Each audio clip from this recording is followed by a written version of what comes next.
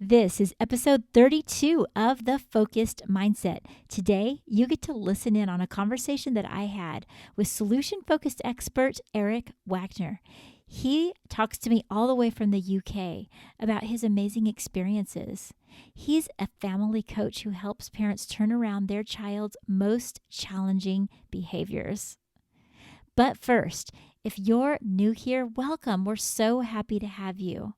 And don't forget to push subscribe so you don't miss any of the family-oriented content that we have here.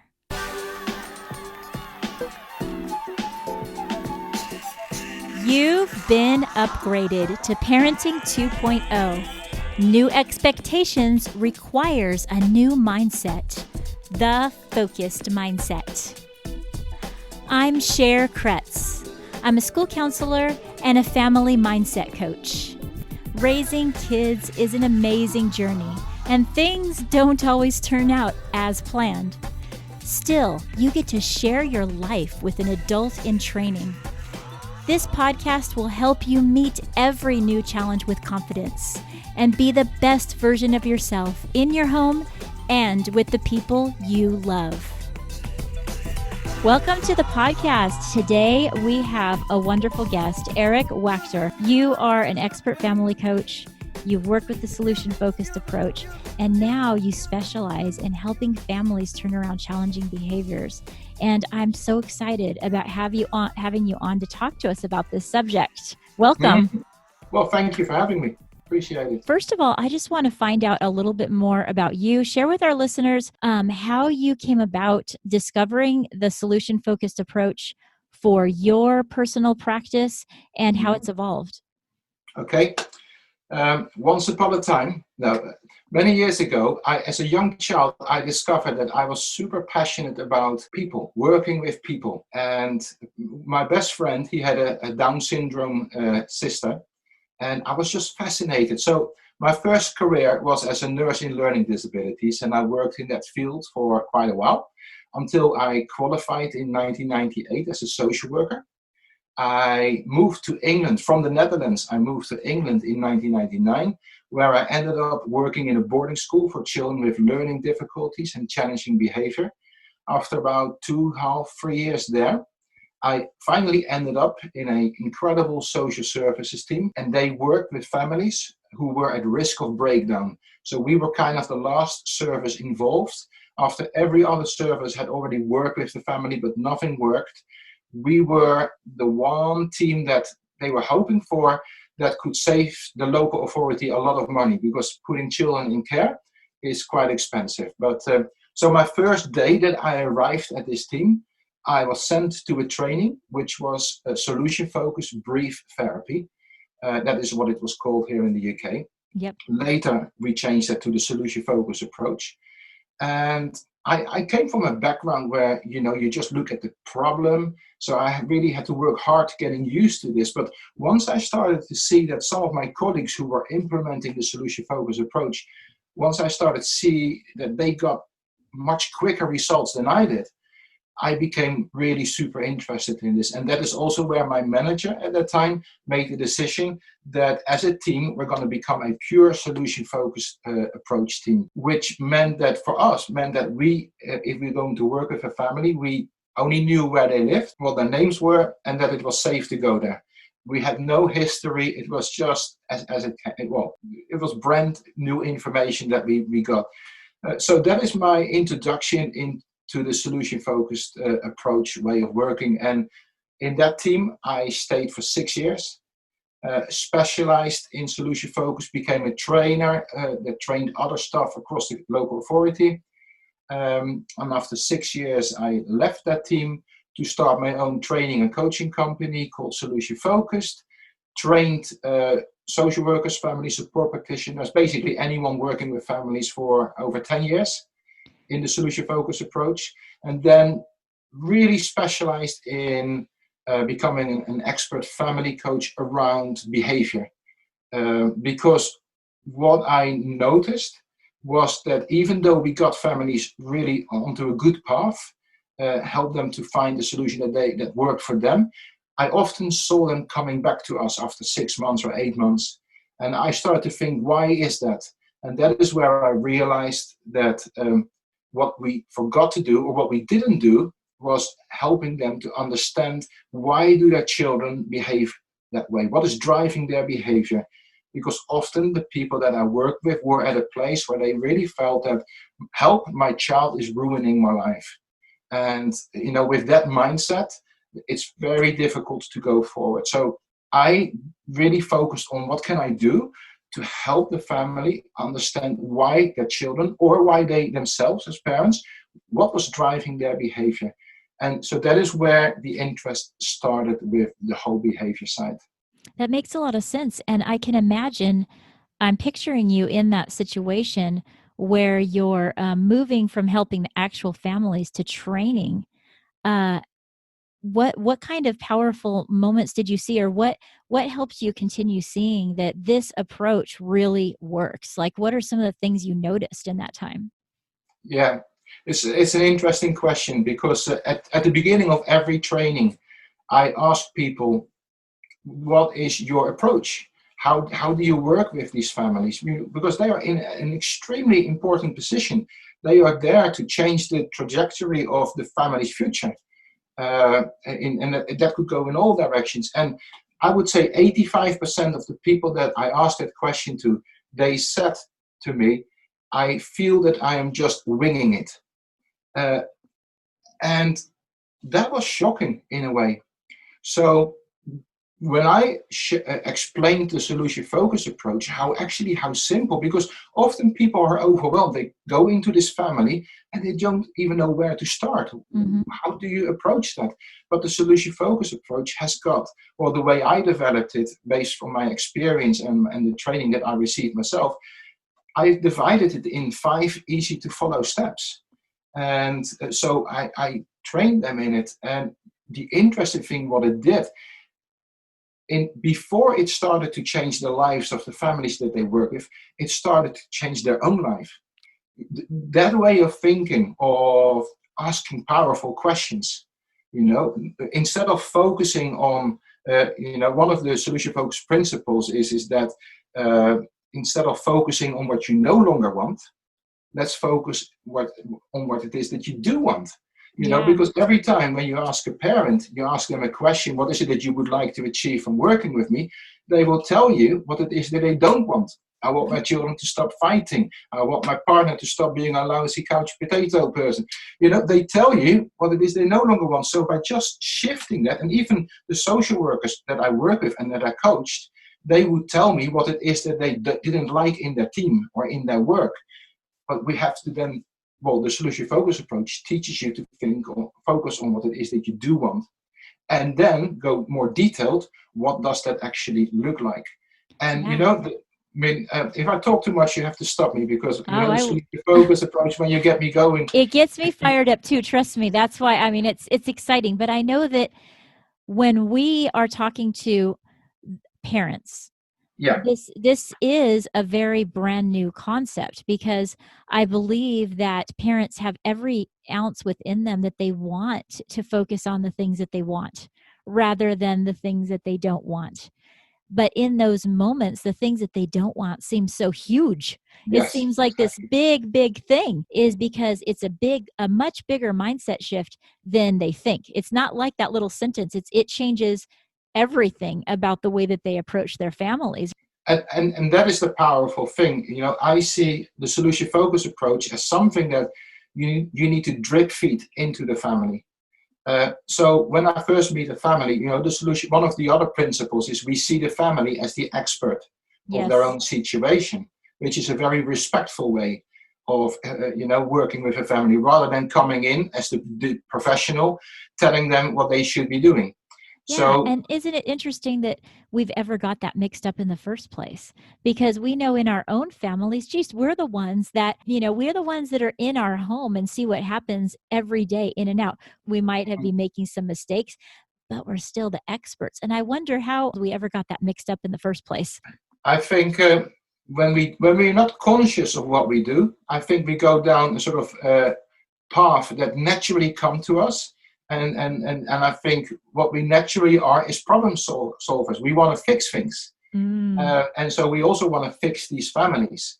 But one of the biggest tricks is to actually move away from offering them suggestions and ideas, Yeah. but get them to think about their own situation through asking powerful questions, so that they feel that they come up with their preferred future, the path to their preferred future, that they own it. Because when someone owns it, when someone owns the solution, they are way more likely to follow through with the chosen action. Tell a child what to do, tell them what to do, and the child will refuse or rebel or do the opposite. And adults, we are just like little children, only a little bit older. Tell an adult what to do. They might do it, but if it didn't work next week, when you meet them again, they said, oh, tried it, didn't work. And who do they blame? You, the worker. Human So, nature, yeah. so therefore, what I love about the solution focus is the whole concept of moving away from telling them what to do to asking powerful questions, to give them that ownership, to describe what they would like to achieve from working with the worker. Yeah. Yes, yeah. And then the powerful work happens in the family. Mm. And yes, I'm so encouraged by hearing about how you personally started seeing success using a solution focused approach, knowing that over here where we live, many people are in a very beginning stage of even understanding what this might be. And I run into parents that are thinking, well, how can I ignore all of these problems? How can I ignore these behaviors? Isn't that kind of like not punishing them and not helping them be accountable? And they get stuck in that loop of thinking. And it's challenging to jump over to that other side of really starting to dive into the solutions. I agree. I agree with you. As you're talking, I just had flashbacks of, lots of these families that they were challenged. They were really, really challenged. But I always say to families that I believe, and I don't mean that in a patronizing way, but they are intelligent people. They have brains to think. They can make decisions. And I always ask them: is what you're currently doing, is it working for you? And if the answer is yes, I say, well, carry on with it. But often the answer is no. I said, well, if it's not working anymore, what you continuously are doing is you are doing the same thing over and over again, expecting a different outcome. Yeah. So, and it's about, so if something is not working, you have to think of a new strategy.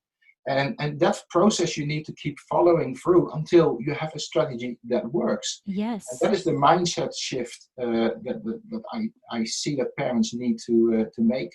Yeah, I'm glad we touched on that because that's exactly it. It's like when a parent is sitting in their family and it's just them and themselves thinking about it, if they can just sit down and be honest with themselves and say, is what I am doing right now working? Yeah, And then simple. being able to look in the mirror and say, am I going to own up to it and do something different? Or am I going to keep doing the same thing that's not working? Yeah, That's, yes, it's confronting, but guess what? Like you said, it challenges you in a good way. ownership. It's all Yes. about ownership. The more ownership we can give the parents, the more influence they can have in their own situation. Often parents, or here in the UK, a lot of families like to point with their blaming finger at it's the local authorities' fault, it's the social worker's fault, it's the school's fault, it's my child. My child needs to change, then everything will be okay. I am personally, I believe that, when I work with a family, I don't want to work with the child, because I know that if I can influence the parent, to the level where they understand that why the child is behaving in a certain way, once I get to influence them, it has a knock-on effect on the child. If I work with the child and I don't touch the parent, then the child will go back into a system, the family, that creates it. That the seeds that they are sowing into the child's life, that creates a harvest, and so that is the situation. So I like working with the parents. Yeah, I love working. I mean, obviously, I wouldn't be doing this podcast if I didn't absolutely love working with families, which I do. But I do see what you're talking about, because coming from my point of view, working in the school districts here in the States, my primary job is to work with my client, which is the student. Mhm. And the student is my client number one. And I love that. They're my sweet little student. But Yeah. sometimes I have limited time to talk to the parent, and they're the ones that are making, they're trumping me. If I can do that work with them, but Yeah. guess what? The parent is the most powerful person in that child's life. Yeah. They listen to their mother in the womb. They listen to these people influence them and seeing the way they act and the way they move in their homes from minute Mm. one. And Yeah. so anything that I say is going to instantly be trumped by Mm. whatever happens in that home the moment that they step in that door. Yeah. So Totally. it's Totally. yeah, so it's so amazing and enlightening when we can say, wait a minute, I love working with kids, but when we're working with parents, we're influencing the family unit. And parents out there that are listening right now should be Mm. encouraged by the fact, in my opinion, like sometimes parents go, oh, I'm doing so many things wrong. Well, how about be encouraged about the fact that there's a different way to look at things? It's Mm. exciting. Mm. Yeah. Totally. No, Do you ever see that light up where you've worked with a family and you see that light bulb go on? They're like, oh my gosh, there's a different way of looking at this. I mean, I remember, I can't remember her name, but in the last 2 years, I've been also working in child protection. And I remember one mother who came from a domestic violent relationship, and uh, she had 3 children, and one of their children she really struggled with, and she was kind of how do you call it, pouring her pain out that her husband did to her onto that child.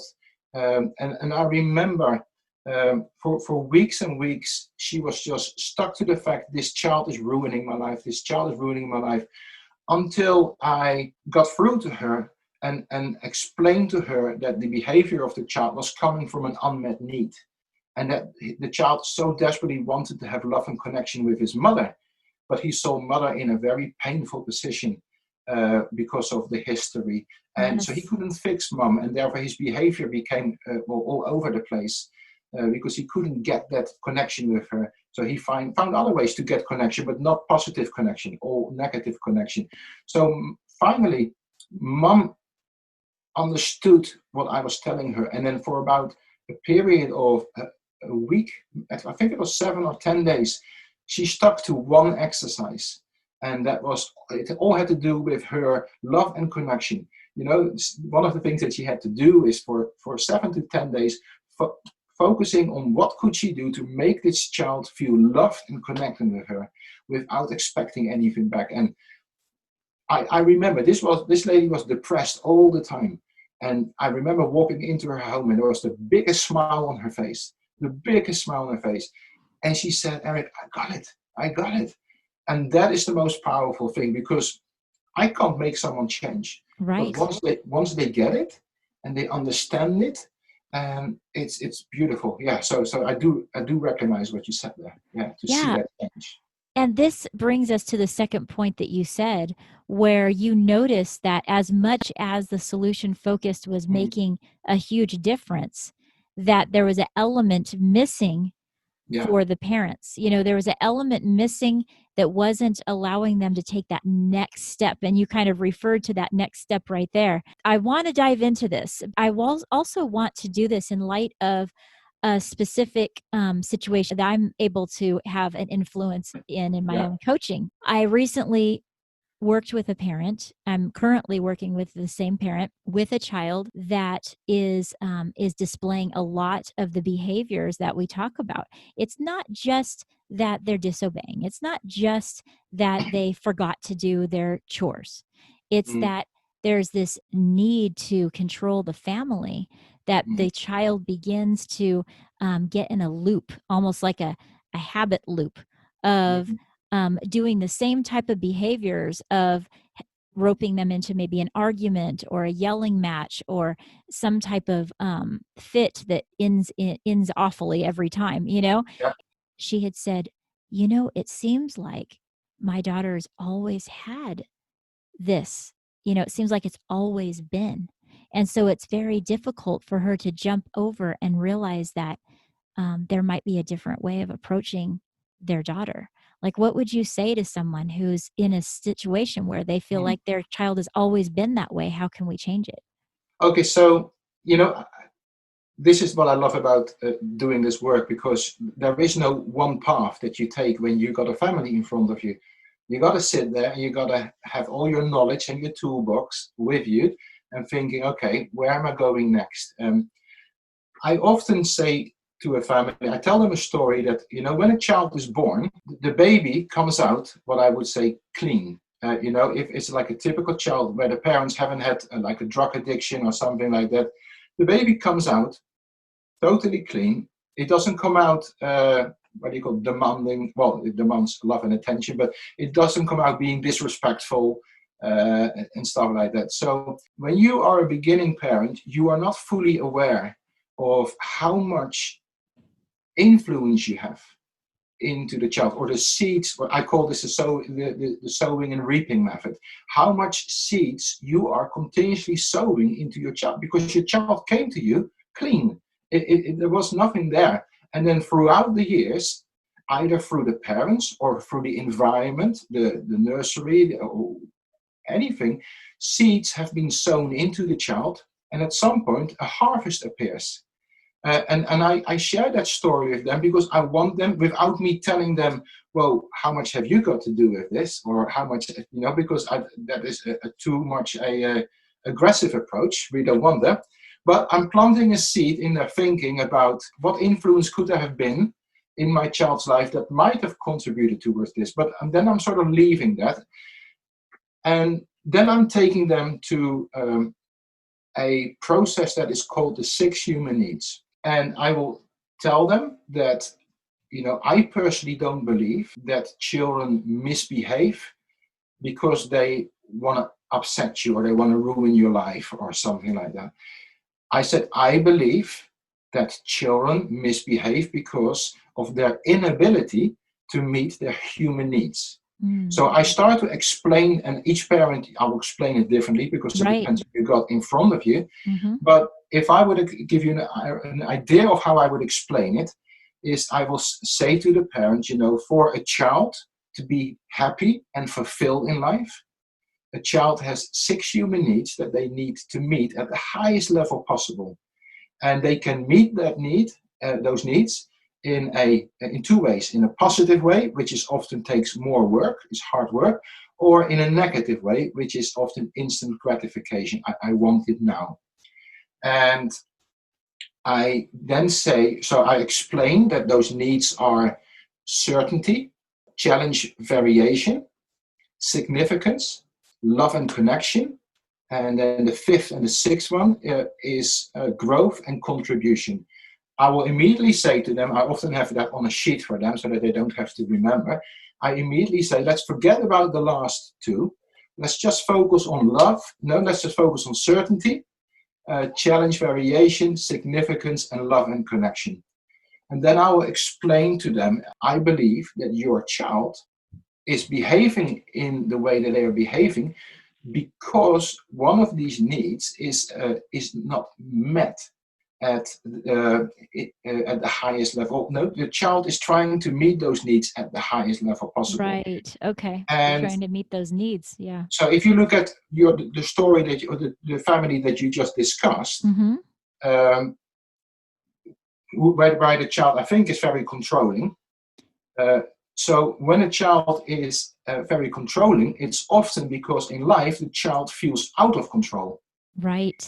That could be either at school, where where they struggling with processing information, or where they're struggling getting along with other children, or they are struggling with what happens in the house. Maybe it could be many things, but for the child to reach a certain level of certainty, becoming controlling is a way to reach that. So the same thing with variation and challenge.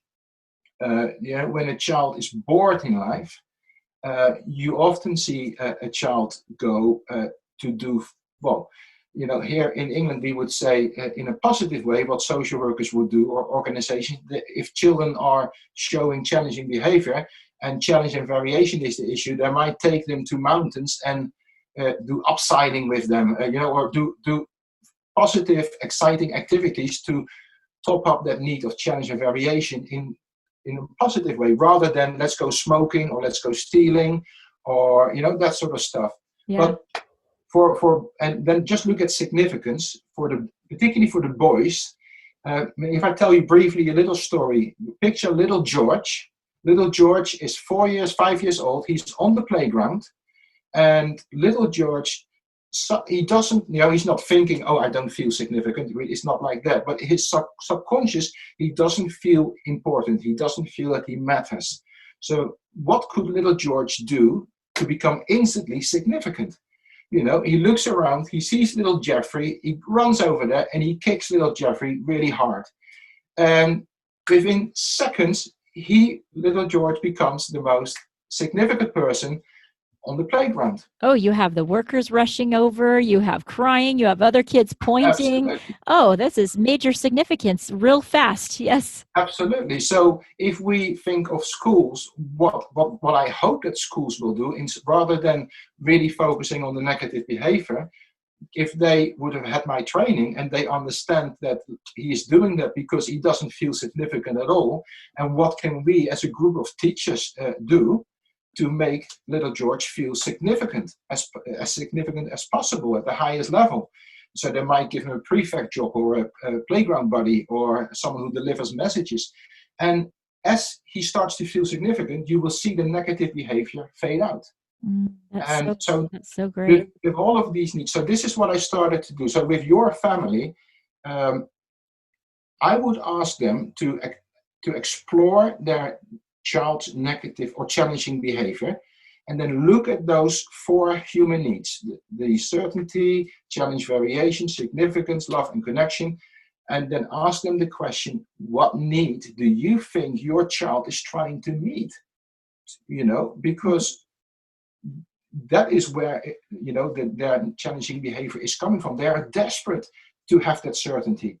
And this girl, it's a girl, I think. Yes. Youngest in the family. She is becoming very controlling over the family situation. And that is what gives her that certainty. But she's choosing the negative path to get what she wants. So this is where parents, once they understand it, they then have to go on a journey and ask themselves, what can they do as parents to top up that need in a really positive way? And the story that I just shared before about that lady with the domestic violence situation, once she understood how to top up the love and connection with her son, and she did that consistently without expecting anything back, because that is the secret ingredient. You don't expect anything back. The magic happened. The child's needs were met, and as soon as they were met, over time, his challenging behavior faded out. It sounds simple, it really is simple, but because this family have been like this and stuck like that for many, many years, it takes some time to help them to start thinking differently. But it is really powerful. Well, what I notice from parents is that they are so excited that finally there is actually something that makes sense. There is logic to it all, and something that they personally can do without having to depend on the system to sort them out. Yeah. Or just depend on what they've known from their trying to grapple with, how they were raised, and then they're trying to find support to figure out what to do. And many times they hear, well, maybe you're not disciplining enough. Maybe you need to be harsher. Maybe you need to you have a heavier hand. And they're left without a real resource in that scenario. Yeah, but the key thing, I think, is it starts with understanding. It starts with increasing their awareness of why is their child behaving that way. There is logic. Once you understand the logic, you can at least, yes, it is not nice that it happens, but you can move away from that pain and frustration of why is my child like that? And why are we as a family experiencing this? Because there is a way out. It is hard work, but investment now means return on investment later. For sure. And that is all about the mindset that the parents also need to see, that it's in their hands. They have the tools to do it. 100%. And it's not to any fault of the last generation when they parented and were unaware. Like many parents will be like, well, that's way my child was parented, so therefore I want to do something different. They were doing the best they could with the knowledge that they had. Yeah. and many times there's adults that have got along very well and done great, but it was a challenging thing for them to figure out how to get their needs met because of the approach that the parents had instilled in them. So when we have these courageous parents that want to do something different, like Mm, many of my listeners right now, they want to do something different, even though it's a harder road. They mm, first have to say, it's not that any other path was, we don't want to villainize that path. We're just saying, you know what, if there is another way that could make a difference, why not give it a shot? yeah. And even more so now than ever before, if a child can get an instant gratification, if they're struggling from feeling significant in their home, Mm. and the moment they cause an uproar, they feel significant, it's an instant shot and they're good to go for the next few hours until they feel insignificant once again. Can I just tell you one short story around the Absolutely. significance? Oh, we love Yeah. stories. Yes. Okay. Let's listen to a story time. Good story time. Yeah. I was working with this family, the 15-year-old son, let's say that his name is Ben. He was at the top of his class. He was really intelligent, doing really well. But outside of school, he was stealing, doing drugs, and being regularly picked up by the police. His mom was a police officer. And Oh, wow. she really felt when I met her first, he is doing this to ruin my life. It's Yeah. obvious that why he's doing it. So at school, no problem. Outside of school, serious problems. So I got to know them a little bit, and their family situation is that uh, initially there was mom and Ben together. Then stepdad moved in, and then half sibling number one was born and half sibling number two was born. So when I arrived, there was a 2-year-old, a 4-year-old, and 15-year-old Ben. Okay. And, and I could already start to see what was going on. So I explained to them, the 6 human needs. I initially told them, I don't believe that Ben is doing it to ruin your life. I believe he is desperately trying to have his needs met at the highest level, and he's doing it in the wrong path. I showed them, certainty, challenge, variation, significance, love, and connection, and I asked them, which need do you think is he trying to meet? And my gut feeling was, I thought they're going to say challenge and variation with the fighting and the smoking and the stealing. But when they started really looking at their family situation, at the very beginning, when it was just mom and Ben, they were fine. They had a relationship like a house on fire. Then stepdad moved in. He took him out to the cricket and stuff like that. Yeah, they still got all right. Then sibling one came, sibling two came, and suddenly Ben was no longer a significant member of a family. We all know how busy a 2 and a 4-year-old can be. So Yes. 15-year-old Ben, he was left out of everything. So, and he started to behave in a way to basically shout out help. I am not a significant member of the family. So the parents recognized this, and they came up with a plan. When I asked them, what is it that you think you could do to top that need up for a period of, let's say 30 days without expecting anything back? And they did it. They came up with, they asked him to be responsible for the shopping list, for the cooking, what activities are we going to do, the holidays. And over a 3-week period, you could see every week they managed to stick to the not expecting something back. That is the hard part, because as parents, we can be very reactionary towards what happens to us. But they had to really stick to keep topping up that need, and not expect anything back. And 3 weeks in, they really shared with me that they could not believe the turnaround, the shift, that there was nothing of that challenging behavior, because his needs were fully met. He was a significant member. And that's how, I don't want to say how simple it is, but challenging behavior, in my opinion, often comes from that unmet need that the child desperately is trying to meet. And That is these a parents beautiful could story. turn that around. Yeah. Yeah, that's a beautiful story, and it absolutely it gave me little goosebumps because you're talking about a 15-year-old. I That is know. a rough age, that's when their independence is running around inside of them in ways that that we can, forget about the hormones involved here, and to be able to allow that family to Mm. give him the need that he was so desperately crying out for. And then for them, after a period of 3 weeks, to be patient enough to see those results, that's beautiful. Mm, definitely. And it's also very satisfying as a worker, to see that the future of that child's life has changed. And that's the Yes. cool thing about it. Yeah. Yeah. And when you're talking about those behaviors, I mean, you're talking about a possible lifetime of addiction or, getting arrested. I mean, these are things that hurt your life, bad. Absolutely. Yeah. Right. Right. Definitely. Yeah. Wow. That's really a great story. Do you ever have parents that don't want to wait, and they feel like they're coming back at you and being like, "Ugh, this is just taking too long or it's not working." And you just kind of just want them to wait that extra week. Have you ever had those situations where they aren't being patient with it? Yeah.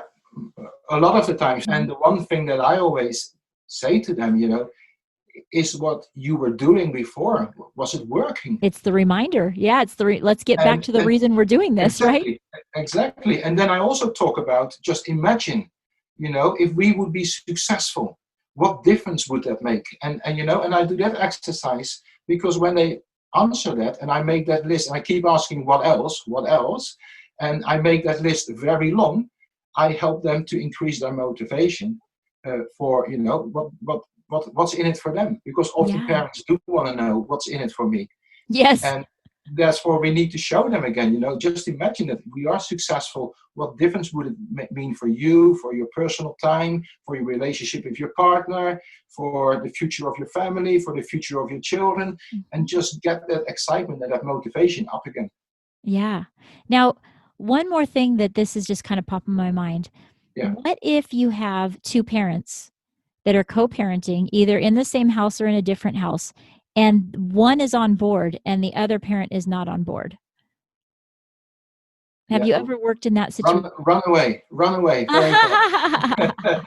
No, every family, the reason why the parent who is not on board, eh, eh, that could be a different reason for every parent, but it often is because they also have been hurt in the past. They're upset about what the child might have said to them, the words that they have, So I initially, if they are living together, I often speak what I call to the strongest link, to the Okay. person that wants to. But as I'm speaking to that person, I totally keep the other person in mind who is sitting maybe in another corner of the room. And I'm speaking actually to them without them realizing it. And Right. often I trigger something to get them to come on board. But sometimes it needs an individual session with them, just for them to be acknowledged, their feelings to be acknowledged, for them actually to be listened to. Right. Because often when people do not feel listened to, they are they are resentful. Mhm. They have anger inside of them. So I've learned, in a solution focused way, when you listen deep, when you truly listen to someone, and you give that feedback to them, that you heard them, you really understand where they're at. I'm reminded of a family that I worked with of a teenage boy, and the parents had never had an argumentative type of relationship, and they were arguing so desperately over their two different ways that they felt they should approach their son's problem, Mm. that their son was feeling like a huge problem in the family. Like he was the reason he was making them fight. And then obviously that's not going to solve the problematic behavior, because the two adults involved were then arguing about how to handle it, and the kids there's shrinking down going, well, this just proves it. I'm the reason they're fighting, you know? And what you're saying there is so powerful. I don't know if you know Tony Robbins. Yes. Okay, well, he shared once this story where a little 3-year-old, 2 3-year-old, he saw his parents fight really aggressively, and in his subconscious, he was desperately trying to figure out how could he stop them from fighting. And as he was watching a little cartoon called Rocky or something like that on television, Rocky, when he wanted help, he shouted out, Rocky! He stuttered. So Yeah. this child started to develop a stuttering issue, which made his mom and dad stop fighting and focus on the problem. So Wow. in one way, the 2 3-year-old was really clever subconsciously of doing so, but then he turned 30 years old and he was still stuttering. Wow. And because of a decision that he made when he was little and what Tony did when he was working with him, to make a long story short, he helped him see that. And within minutes of realizing that, the guy could let go of that little boy in him. He no longer needed to stutter to help his parents. It was all okay. And he went from a serious stutterer to someone who suddenly could speak fluently. Yeah. Because so what happens as a child is so powerful. It could have such a huge effect on who you are. Yes. Yeah. That's so true. And I know that when we as parents have so much passion for helping others, sometimes, yeah, we're just helpers, but I get the feeling that you have a lot of passion in this because I know you're a parent yourself. I mean, how did you come about just really knowing yourself that this is something that everyone needs to know, that how to help their child? What Mm. experiences have you had in your life? That's a good question. I've never thought about why that came to me. Other than, like I said, I've always had a passion for people. I find people fascinating, but if I look at my own life, I mean, uh, my oldest son, uh, he was at the age of 2 years old. He's now 18.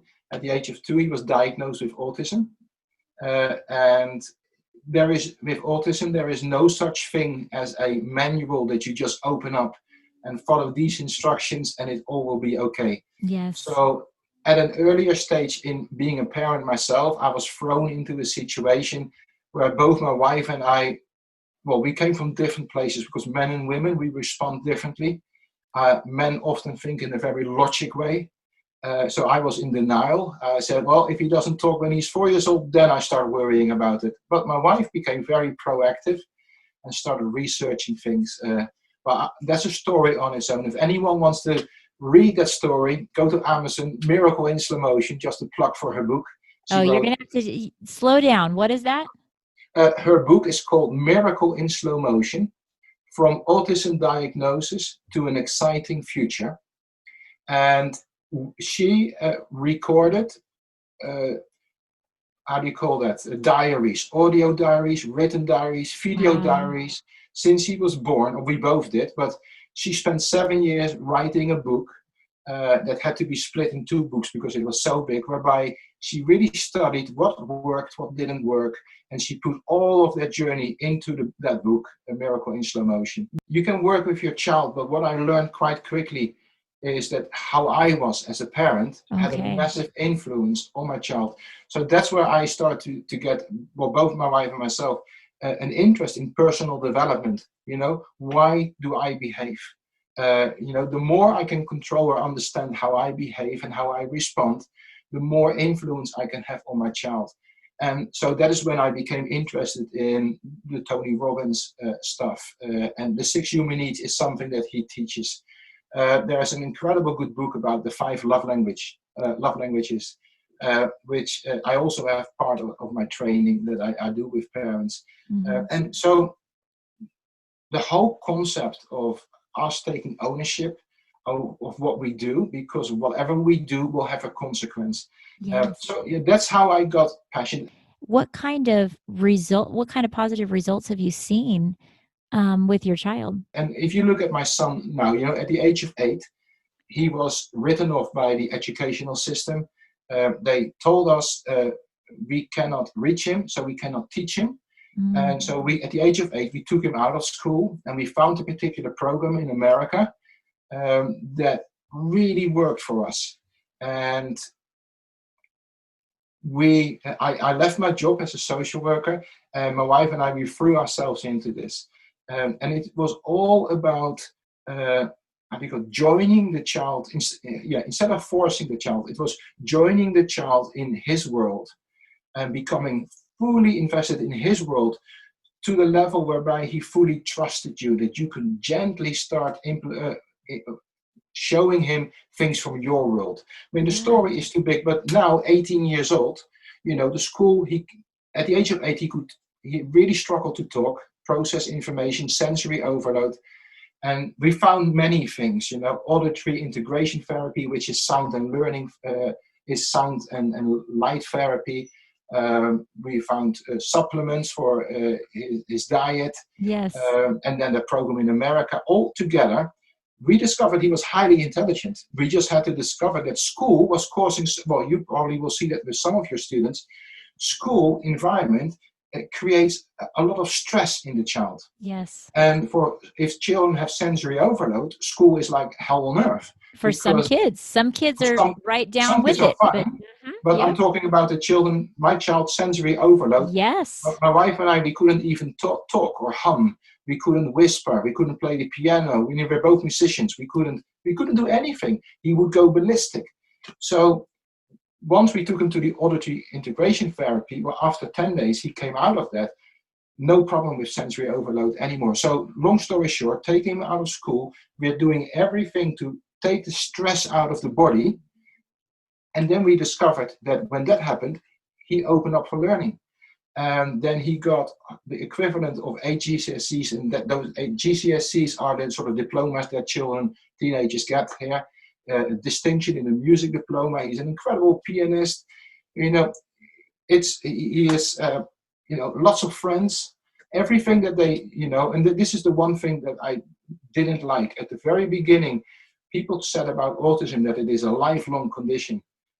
And that was a mindset that I didn't want to adopt. I believe in let's take the roof of our expectations, and I think every parent should do that. Labeling, stop labeling, right? Yeah, and when we take the roof off, we're just going to work towards releasing their fullest potential. And whatever that is, for every child that is different. But that was just a mindset. So in my own family, I started to implement all these things that I learned. But particularly, I think, like I said, I've worked with over 1,000 families. I've seen so many different situations. Right. That I started to see patterns. I started to see a real understanding what worked and what didn't work, and how to connect with people. That the solution focus approach has got such clear steps. Connection, clarity, commitment. I started to implement all of these things in my own life, but as well as in the family's life. But particularly this is the most interesting thing, when I started training social workers in the 6 human needs and all the other things that they needed to know outside of the solution focus, I started getting emails from people who said, I implemented the 6 human needs in my broken relationship. And over the years, 6 people contacted me saying that they got their husbands to come back and live with them and implement the 6 human needs, which at the end of the show, I will say something to the listeners about that. But they did that, and their relationship was restored. And I thought, that is powerful stuff. It is so powerful. And if you really look at the fact that if you were unwilling, you and your wife, unwilling to look in the mirror and really say, what can we do differently? Number one. And then number two, choose to, like you say, take the roof off of it and say, let's look at what's capable, what we are capable of, rather than the limitations that we're being told. The combination of those two things, that's just brilliant. Absolutely. Yeah. And I think anybody can do that in their home. Anybody can take those 2 steps and say, I'm willing to look at myself in the mirror and take a good hard look at the seeds that I'm planting. And then I'm willing to look at the possibilities that are there. And just those 2 things will unlock all of the ability to be able to say, well, what needs need to be met and how can we meet these needs? It's all kind of builds, right? Yeah, no, I agree with you. I think that I need to put this in your hands right now. We always do a solution-focused exercise. And it's something that I give my listeners so they have something to practice based on what we talked about. And I'm slightly putting you on the spot, but what kind of exercise might you give my listeners that they could try at home, with they can just just this very next minute after they hear this podcast, they can try this out. What kind of exercise might you give us? Yeah. So if you're listening and you're either a parent or a professional, you can do this activity. It's really, if you're a professional, think of, maybe one of your own children, but otherwise think of a family that you might work with. And if you're a parent and you have a child that maybe presents some challenging behavior, then do the following. Take a piece of paper and write these four human needs on the piece of paper. Start with certainty, challenge, variation, significance, love, and connection. So those four needs.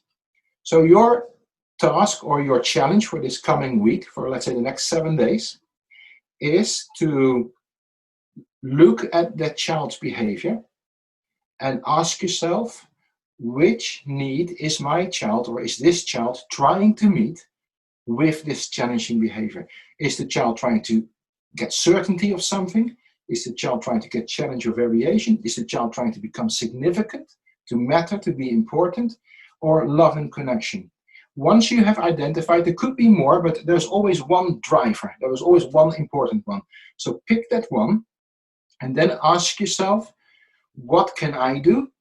Or what can the family that I work with, what can they do for, normally I would say for a period at least 30 days, but let's say here for the 7 days, to top up that need in a positive way. So you can discuss it with your husband or your wife or your partner, and you say, all right, we have identified this needs, like in that story that I shared with Ben, significance was his thing. What can we do to top up this need consistently for that period of 7 days? But then the key thing, without expecting anything back. So you, in advance, you need to make that decision that when they kick off or trigger you, you're not going to respond to that. You're going to continue with topping up that need. It doesn't mean that you have to totally ignore challenging behavior. I mean, that's a story on its own. I would then wait for what I would call the green light. You know, don't react to it there and then, but wait for a moment where it does work, that you can talk to them about it. But keep topping them up with that need. And just see, they will look at you possibly thinking, what's going on here? But you don't have to say anything to them. If you do that, I'm really curious to hear from you that, was there any difference in your child's behavior? Because, you know, and specifically if you feel like doing this for 30 days, that is even better, because it takes a while, you know, for it to work. But top up that need, because your children are presenting challenging behavior because they're desperate either to have certainty in their life, like the girl that we spoke about wants to control things, or, you know, they're doing maybe some drugs or stealing or, you know, skiving from school. They want challenge, variation, or significance. You know, their challenging behavior is linked to one of those needs. Just like they could picture, like when they're pouring a cup and they're trying to get that cup of coffee, that they're going to lead that, they're going to figure out which one of those needs, and then they're going to top them off. Yeah, and you know what is funny? If they are doing this exercise anyway, if they want to make it really interesting, is with the same 4 human needs, if you have a scale from 0 to 10, you know, in Solution Focus, we like scales. If 10 is, I'm extremely happy in my life, and 0 is, I'm totally meeting that need at 10, and 0 is, I'm not meeting that need at all. Do the task with yourself, you know, say, if I look at my life and at certainty, how much certainty am I experiencing in my life? From 0 to a 10, how much challenge, variation, how much significance, how much love and connection? Sure, yeah. If you score low, then you will understand what you need to work on to become more happier. Because for us to be happy in life, we need to have those 4 needs met at the highest level. But that is just if you have spare time and you want to do an additional. Right. Oh, yeah. If you have a little spare time on the side. Right. But what's interesting is I would wonder if many times, and I think this might be the case for my daughter and I, we're very close and she's 12. And if I scale myself on a 1 to 10, say that at this moment in time, maybe I'm not feeling connected, I would venture to say that if she did a scale without me knowing it, blind, she might also have that same one on the low side. Yeah. And then you have identified what you can work on. Right. Yep. And then we have a clear focus. Absolutely. But then it can become fun. Yes. What can we do to top it up in a positive way? Yes. And then the fun bit, see the result, see the consequence of that. Yeah, You I know? love it. And I bet you I'm going to get some feedback on some parents that tried some brand new skills. And that's what I it's hope all so. about. That's what it's all about, us being willing to try new things. Well, family, I always say, and you asked that question, what made you do this or something like that. For me, family relationships are everything. When there's something wrong in any of your family relationships, with your partner or with your children, it affects every aspect of life. Your productivity, your happiness level, school, education, finance. So therefore, it's the most valuable thing that we have in life. And if we can contribute towards people experiencing a really good family relationship, then we're doing a good job. We're doing something positive here. Yes, it's a worthwhile work. It's Absolutely. worth every single moment that it takes to not have that microwave mentality, and it takes time, but it's time well spent. Hmm. Well, thank you. I want to find out where we can find you. Where can people look you up? Where can we get Yep. more information about what you are doing? Well, I'll make it very simple for you. If you're interested in a free training, which is titled Free, Powerful, and Easy Techniques that you can implement right now to turn around challenging behavior and build amazing relationships with your child, all without arguments and conflict, then go to Yes, yes, yes, and yes. expertfamilycoach.com, where you will see a little introduction video whereby I'm inviting you to this training. You just give your name and your email address and you get instant access to that training. It's around 35 minutes long, but it will leave you with some really powerful techniques that can change stuff family for you. Yeah. All right. Say that. Say the website again. Expertfamilycoach.com. Perfect. And you guys will be able to see that in the show notes, and you can just click right on it and go straight there. And I highly encourage you to do so. Thank you so much for sharing your expertise on this subject and just being so transparent. I've thoroughly enjoyed it. Thank you so much. Sure, you're very welcome. Thank you for inviting me. And this is the end of our conversation with Erik. Don't forget to scroll down in my show notes, because that's where you're going to find a link to his website. And you'll also find a link to my website, thefocusedmindset.com, where you can always find updated information on how to be a solution-focused family. And also join the community when you get there, because I love to keep in touch with you guys. And monthly, I send out free content so you never miss out on what's going on. Also, you'll see the link to the Big Life Journal, one of the single best ways to help your child learn resilience, especially in this time, this ever-changing time that we're living in. I'm an affiliate partner, and the link in my show notes will help you guys support this podcast so we can bring you many more wonderful guests and lots more content just like this. So thank you for being with us today. And go out and meet even the most challenging behaviors with confidence. And until next time, keep in touch and take care.